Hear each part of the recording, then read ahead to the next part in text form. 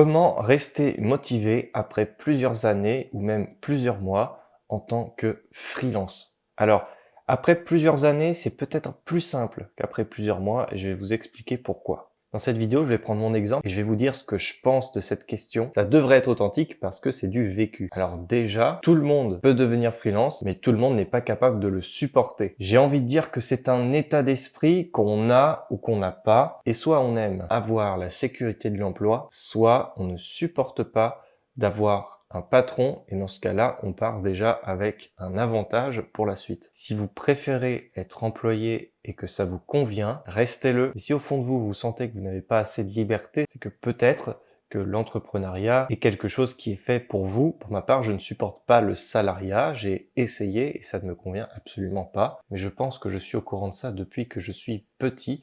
Même si je pense que je n'arrivais pas à mettre des mots dessus, c'est quelque chose que j'ai toujours eu en moi et je pense que ça s'est confirmé lorsque j'ai essayé de devenir salarié. Une véritable prison pour moi et il était grand temps de tout lâcher pour lancer ma boîte. En plus de ça, ma passion, c'est la vidéo, c'est la création et là, j'avais l'opportunité d'en faire potentiellement mon métier. Je ne savais pas si ça allait fonctionner. Résultat, il a fallu garder la motivation avec le temps. Au début, ça ne fonctionne pas forcément et c'est là où il faut vraiment s'accrocher. C'est aussi la période où la majorité des gens abandonnent et ne vont pas plus loin. C'est pour ça qu'une petite partie des personnes qui se lancent réussissent à terme vivre de leur activité en tant qu'indépendant. Tenir, c'est super dur, sauf quand on est convaincu que son idée va fonctionner. Et lorsqu'on est convaincu que son idée va fonctionner, il faut la faire perdurer avec le temps, ne pas hésiter à se remettre en question, mais ça ne veut surtout pas dire abandonner. Peut-être que ça veut dire changer de point de vue, changer d'approche, mais tout ça dans le but d'atteindre l'objectif final. Mais en parlant de finalité, je pense qu'il n'y en a pas. En tant que freelance, on est obligé d'être challengé tout le temps et je pense qu'il n'y a pas réellement de fin à ça, puisque imaginez-vous, vous recherchez un CDI dans un domaine pendant 2 mois, au bout des 2 mois, vous trouvez un emploi et vous êtes embauché. Imaginez cette recherche d'emploi constante. Une fois que vous avez terminé un job, vous devez en trouver un nouveau, etc., etc. L'avantage, c'est que vous changez tout le temps de projet et que vous avez peu de chances de vous ennuyer. Et encore mieux, si ce que vous faites, c'est votre passion, normalement, vous n'allez pas avoir l'impression de travailler. Peut-être certaines fois, sur certains projets qui sont moins bien que d'autres, mais la plupart du temps, vu que vous allez aimer ça, vous n'allez pas avoir l'impression de travailler. Alors maintenant, c'est vrai que le but de cette aventure, c'est de garder la motivation jusqu'au jour où vous allez pouvoir gagner votre vie avec votre activité. Et avant ce jour-là, si vous avez de la chance, ça va aller vite. Si vous avez une chance plutôt normale, ça va prendre peut-être plusieurs années. Et donc l'option du CDI ou même CDD avant, si vous n'avez pas un fonds de sécurité, c'est une bonne solution pour mettre un minimum de côté. J'ai fait une erreur au début que j'ai regretté sur le coup. Après, ça m'a permis aussi d'être encore plus motivé. C'est que quand je me suis lancé, j'avais pas forcément un gros fonds de sécurité et ça m'a mis dans la merde pendant au moins 2 ans. Parce qu'au début, c'est super dur de se verser une rémunération décente quand on voit le nombre de missions qu'on fait à l'année, en tout cas la première année. C'est très compliqué de vivre normalement et c'est pour ça aussi, je l'ai dit dans une autre vidéo, il me semble, il faut vivre en dessous de ses moyens et ça c'est très compliqué quand on n'a pas beaucoup de moyens au début. Il y en a qui commencent avec plus de fonds que d'autres et donc c'est plus ou moins facile de vivre. C'est pas impossible d'exercer sans beaucoup de fonds, mais c'est pas du tout facile de vivre, de payer ses charges avec un faible salaire. Beaucoup de gens sont dans cette situation en France, que ce soit des freelances ou bien même des gens qui ont la sécurité de l'emploi. Ça veut rien dire, on peut tous être dans cette situation. Mais lorsque vous vous lancez, c'est super important de savoir vivre en dessous de ses moyens et de savoir aussi se restreindre lorsque c'est nécessaire. Et alors comment est-ce qu'on garde la motivation avec toutes ces contraintes? Si vous croyez en votre projet, si vous croyez en votre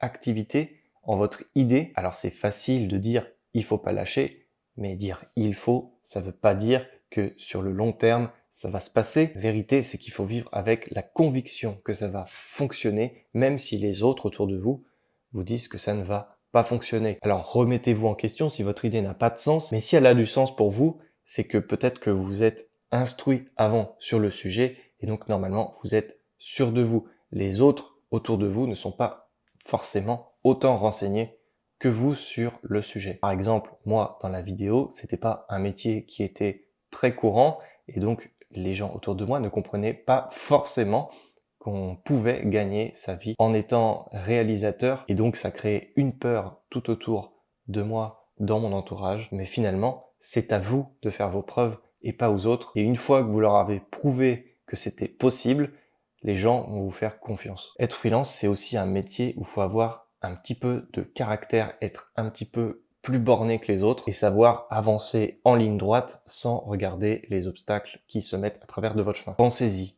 C'est pas facile de se lancer, c'est encore moins facile de tenir. Et si vous arrivez à rester focus et un peu borné pendant plusieurs années, normalement vous réussirez à avoir des résultats. Il n'y a aucune garantie, mais je pense qu'il vaut mieux tester et ne pas regretter plus tard de ne pas l'avoir fait. Pour garder la motivation sur le long terme, j'ai trouvé une activité qui complète mon travail, qui est tout simplement le sport. Et le sport me permet de mieux travailler, puisque en renforçant mon corps, je renforce mon esprit.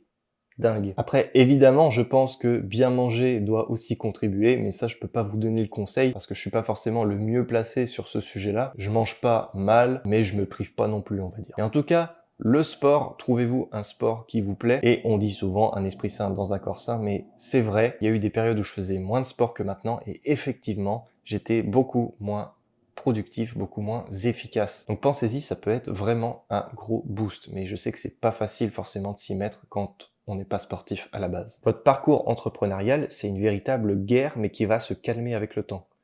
Au début, vous allez vous battre vraiment beaucoup, et plus le temps va passer, plus vous aurez des résultats, et forcément, des clients qui sont venus avant viendront vers vous après si vous faites du bon travail. Et plus vous avez des clients réguliers, moins vous avez à en chercher. Et donc, ça ne veut pas dire que vous devez vous reposer sur vos lauriers. Il y a un moment où les clients ils vont venir vers vous automatiquement, et vous aurez un peu moins d'énergie à mettre sur le démarchage et vous pourrez vous concentrer un peu plus sur d'autres points à développer dans votre boîte. Par exemple, moi je me mets à créer beaucoup de contenu pour mon profil LinkedIn, mon compte TikTok, tous mes réseaux sociaux et ma chaîne YouTube. Cette vidéo que vous regardez elle va être publiée sur toutes les plateformes. Le fait que je peux maintenant me concentrer aussi sur la création de contenu pour moi, qui est un contenu qui sert également à montrer à des prospects ou à des clients mon état d'esprit et leur montrer aussi les actualités de mon activité. Non seulement ça me rapporte plus de trafic, ça me permet de faire quelque chose que j'aime bien faire, me concentrer sur la communication de mes réseaux sociaux, c'est super important aussi pour toucher du monde. Et toucher du monde, ça rapporte potentiellement